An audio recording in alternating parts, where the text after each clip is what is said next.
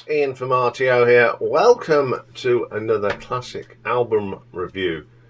And during the month of March, we're looking at the Mojo songs on the Mojo list of greatest Motown records recorded on Motown.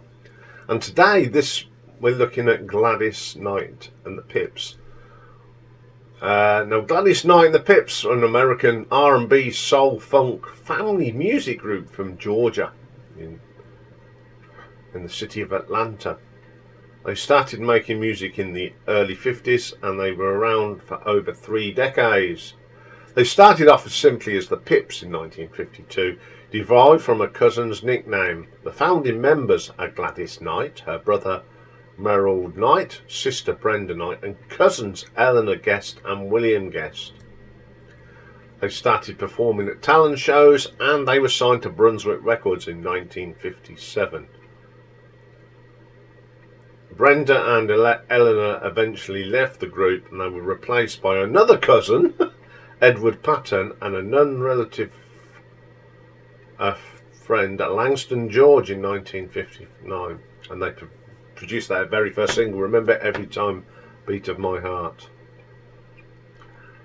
After various record labels, they signed to Motown, and this is where the success came from 1966. They are multiple Grammy and American Music Award winners, inductees into the Rock and Roll Hall of Fame and the Vocal Hall of Fame in 1996 and 2001 respectively. And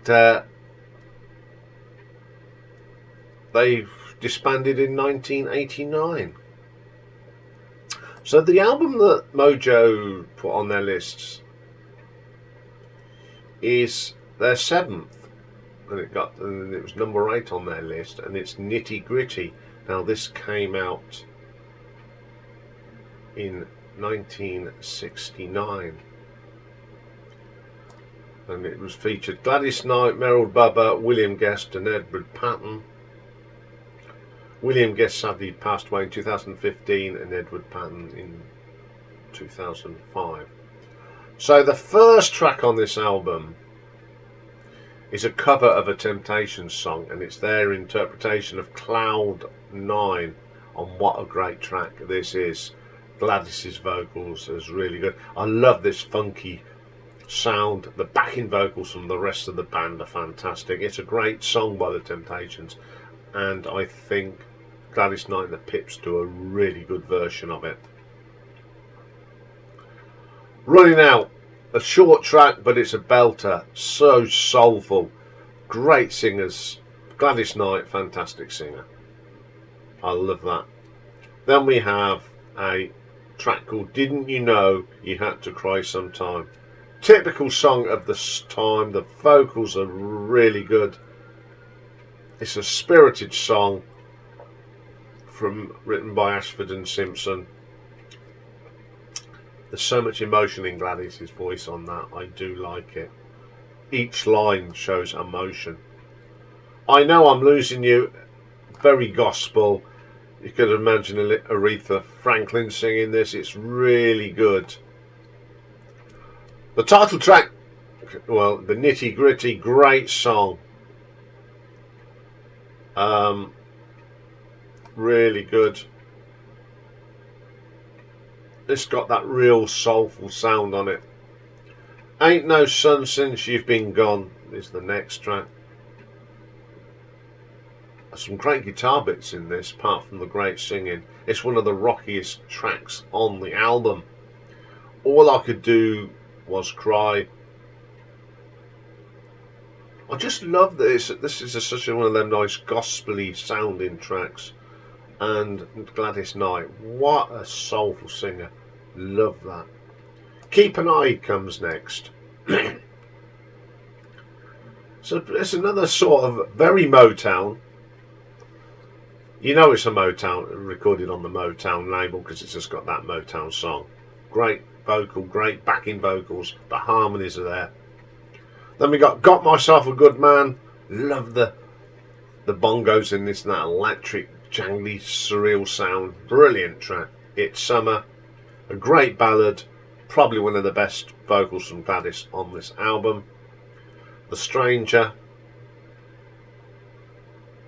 It sounds something that the Supremes would sing. It's wonderful, wonderful track. Any other big Motown acts could have sung that song.